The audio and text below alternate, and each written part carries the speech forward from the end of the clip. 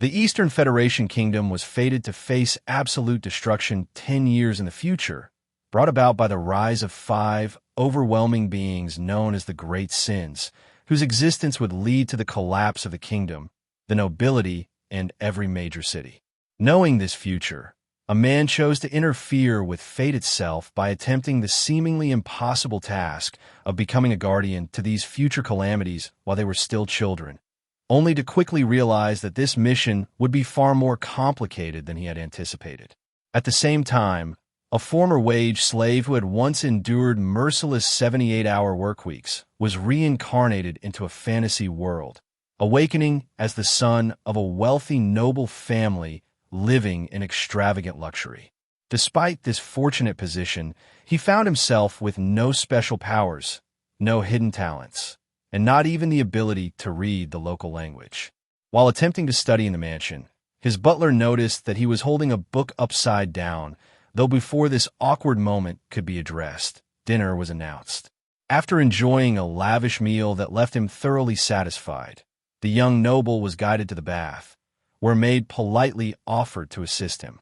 Though initially startled, he quickly accepted the situation and decided to embrace his new life as a pampered and useless young master, even as he admitted to himself that he had no idea where he truly was or how he had ended up there.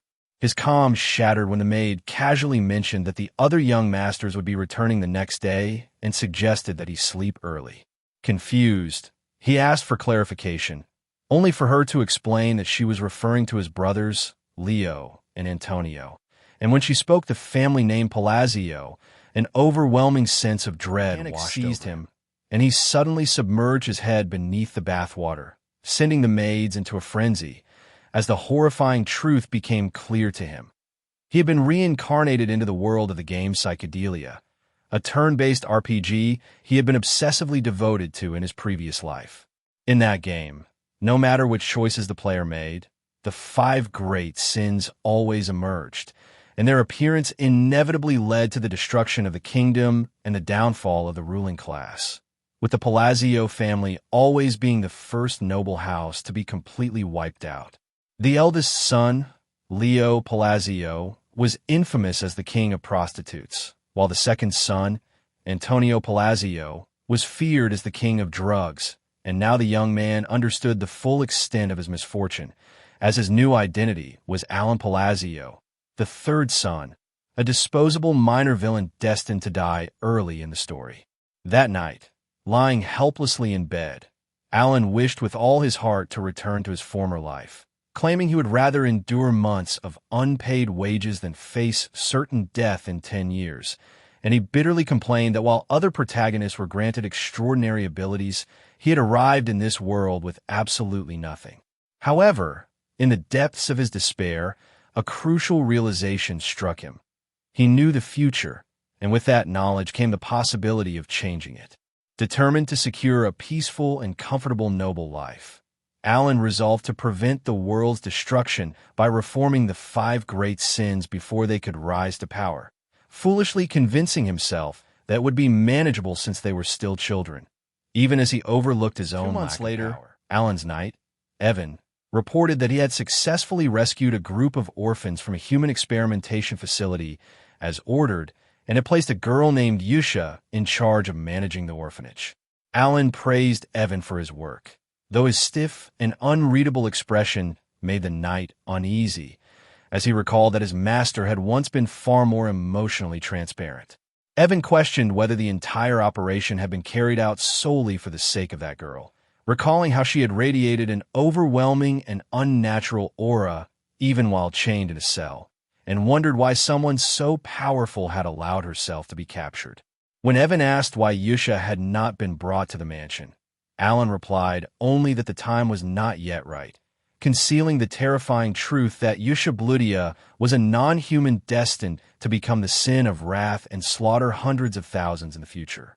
Believing that a peaceful upbringing could alter her fate, Alan ordered funds sent to the orphanage and entrusted Evan with a letter containing a coded phrase he remembered from the game, words once used in a failed attempt to calm her rage, hoping that in this reality, even the smallest chance to change destiny would be worth the risk. Back at the Palazzo mansion, the protagonist was finally able to relax, satisfied that he had bought himself a little more time.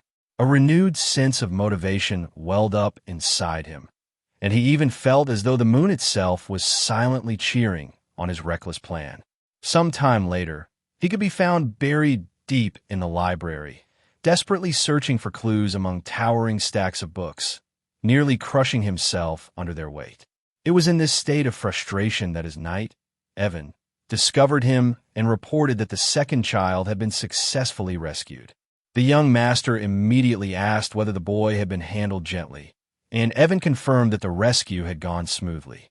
As Evan attempted to elaborate further, the library doors suddenly burst open with a violent kick, announcing the arrival of Tonio Palazzo, the second son of the family.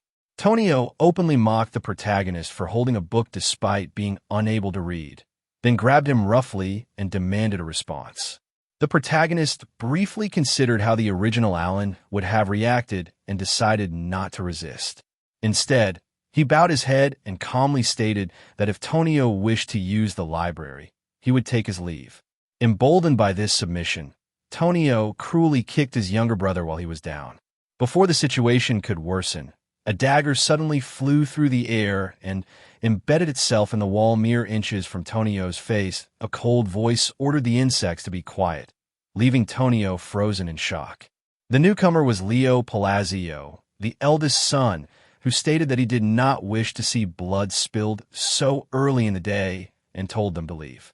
Tonio snarled back, telling Leo to drop his pretentious attitude, only for Leo to mock him in return, calling him weak and addicted, and telling him to leave. Observing the confrontation, the protagonist recalled that although the Palazzo family met a swift end in the game, their internal power struggles were immense. His two brothers were locked in a vicious battle to become the next head of the family, with Leo ruling the underworld as the king of prostitutes, and Tonio commanding a massive drug cartel as the king of crack. Wanting no part in their madness, the protagonist made a quick escape with Evan's help, resolving that his best chance of survival was to continue acting like a harmless, incompetent weakling. He collapsed onto a sofa, exhausted, as Evan mentioned that the second rescued child was also far from ordinary. While the protagonist lay silently, Evan studied him with growing curiosity, wondering how his master seemed to know so many dark secrets. Concluding that the young master must be overworking himself, Evan confirmed that the child had been safely delivered to the orphanage. Privately, the protagonist reflected that calling the boy unusual was an understatement, as he was a catastrophe-level threat. In the United Kingdom dominated by Kalen, the boy rescued from the slave market was none other than Deus Maquilon, the game's second major boss. Sold into slavery and passed between cruel owners, the suffering had twisted him into the embodiment of the sin of sloth, a being destined to annihilate entire kingdoms. Yet despite his title, Deus was incredibly hardworking, which was why the protagonist had insisted on kindness. He explained to Evan that the reason for sending the boy to the orphanage was the same as before. The time was still not right. In his earlier letter to Yusha, he had included a small request, asking her to look after a sickly new child. At the orphanage, Deus stood alone, shunned by the other children, when Yusha coldly noted that the boy was broken and without hope, recognizing the markings of the black goat's ritual on his hands, and calmly congratulated him, saying the great moon had chosen him through suffering. Urging him to accept his power, she extended her hand with a chilling smile and promised that loyalty to her master would grant him vengeance against those who had wronged him. Afterward, she prepared her first reply letter. Back at the mansion, the protagonist's rare moment of peace was shattered when Evan rushed in with news that Tonio had been found dead. At the funeral, the claim of an accidental fall felt suspicious, and Leo's triumphant smirk confirmed the truth, though the protagonist chose not to involve himself in family conflicts, focusing instead on the 5 sins. A year later, Leo's rule brought surface-level peace, and the protagonist spent his days exchanging letters with Yusha and monitoring the orphanage, finding her reports of growing support both comforting and unsettling. when a lead on the third boss was discovered. He felt relieved, unaware that elsewhere a massacre was unfolding as men were forced to slaughter one another like puppets. Yusha watched calmly as Deos questioned the purpose, only for her to explain it was preparation for their master's return, and together they unleashed immense power, leaving behind the symbol of the blue moon.